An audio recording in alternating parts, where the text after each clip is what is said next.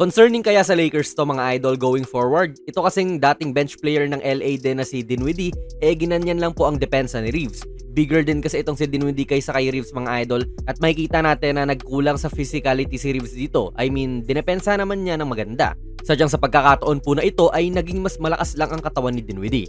Dito rin, tila naging malaking target si Reeves dito sa Dallas sa simula ng third quarter. Nagbabattle naman talaga si AR sa depensa at hindi mo naman masasabi na tatamad-tamad na player siya rito. Pero hindi talaga niya kayang mag-match up sa ganitong mga mas malalaking players tulad ni PJ. Andiyan naman din si LeBron at nakaharang although occupied nga rin siya kasi hindi naman din niya pwedeng iwanan si Dinwiddie sa labas. Although yan nga yung okay sanang ginawa ni LeBron kasi wala talagang tumulong kay AR at kinatawan nga lang siya ni Washington. Tignan nyo kung paano basagin ng Dallas tong depensa ng Lakers mga idol. Kanina nga, di ba? Nakascore itong si Dinwiddie nung inatake niya yung depensa ni Reeves. Kaya ngayon ay tinutulungan na nga rin siya ng Lakers talaga at si AD nakapwesto na dyan para hindi nga pumasok tong si Spencer. Ang mahirap kasi dito ay napapalayo si Davis doon sa taon niya na si Kleber. Tumitira din po sa tres ito mga idol kaya hindi rin yan dapat pabayaan. Pero may plano ang Dallas dyan sa kung paano atakihin ang depensa. Tignan nyo itong si Hardy. Tumuturo dyan at hindi natin alam kung ano yung tinuturo niya. Pero gumalaw nga si Kleber at screen pala yung sinasabi ni Hardy nun. Talagang nahulog ang Lakers sa patibong na pagpasok ni Kleber dyan kasi na-attract niya papasok si Max. Libre na tuloy si Hardy. Basic. Usually pag naisahan ka na nga ng ganun ay alam mo na yung mangyayari. Pero literal na naulit lang ang play. Si Dinwiddie ay nagbabadya na atakihin tong depensa muli ni AR kaya si AD ay andyan muli at gustong humarang. Sabay ayan, papasok si Kleber at i-screenan lang yung tumatao kay Hardy. Ngayon, si Gabe po ito. Same spot, same result mga idol at basag na naman ang depensa nitong LA. Sa iba't ibang paraan din talaga pwedeng atakihin ng Dallas tong depensa ng Lakers. Like ngayon nga, may size disadvantage naman si Christie kontra kay Kleber. Kaya nga ganitong nangihingi na siya ng palubong pasa and supposedly mga idol ay stopper ng LA itong si DFS. Pero hindi naman laging automatic kaya niyang manglak ng tao. Nalusutan siya rito at nabigyan pa siya ng Gortat screen ni Kleber. 16 na ang lamang. And syempre mga idol, offensive rebounds pa rin. Like dito, simpleng box out lang naman to ni Hayes sana eh. Halos magkasing laki lang sila ni Lively. Pareha silang mga freaky athletic na big man.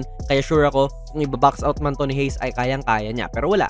Hindi na ata dumaan sa isip niya yon. Ang Dallas po ay nagkaroon ng 11 offensive rebounds sa laro na ito. Sa last game po ng Lakers ay 18 offensive rebounds naman ang nakuha ng kalaban nila. Kaya mga extra possessions po ito para sa Dallas so more chances of winning sila. Ito rin ang dapat nilang ayusin mga idol sa kanilang laro. Isa to sa 11 na yon. At hindi lang po si Reeves ang kinakatawan-katawan nitong Dallas eh. Itong si Dalton din sa pagkakataon na ito. Mukha naman pong strong ang build ni Dalton mga idol pero hindi siya nakasabay laterally dito. And ganyan ngang kumpiyansa na umaatake lang si Spencer. Ang hirap din mga idol na si Davis ay nahihila dito sa labas kaya yung nakakatakot niyang presensya sa loob ay wala sa loob.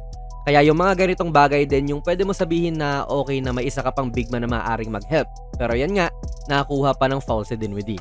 Kaya sa ganito rin talaga nahirapan ang Lakers mga idol, inaatake si Reeves tapos may help defense na dumadating para hindi nga siya kainin. So good initial defense yan para sa LA syempre. Ang kaso, hindi naman tumitigil ang possession dyan. Kailangan pang mag-recover ni Davis syempre kasi titira talaga si Kleber dyan kung iiwanan mo siya.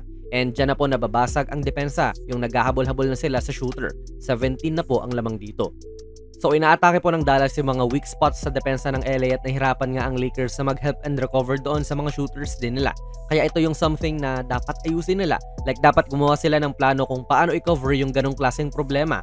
Halimbawa, pwede silang mag 2 big man lineup, baka mas imposing yun sa kalaban, may ilang silang umatake. Pero ang concern mo naman ay dahil dalawa na nga ang bigs, mas hirap silang humabol. Ewan ko, para sa mga idol nating mga Laker fans dyan, ano kaya ang pwede nilang gawin para ayusin ito? Ilagay nyo lang po ang inyong mga komento sa ating comment section sa baba. And kahit hindi na po Pasko, ongoing na po ang ating giveaway ngayong Pasko na Giannis Immortality 3. Hanapin nyo lang yung ating video sa YouTube na ito po yung thumbnail para sa mechanics. Ilalagay ko na lang din ang link sa description and comments. Kung nagustuhan nyo po ang ating video ay pakipindot na lang idol ng like button, mag-subscribe ka na rin sa ating channel at ako nga pala si Jonas PB and as always, hanggang sa muli.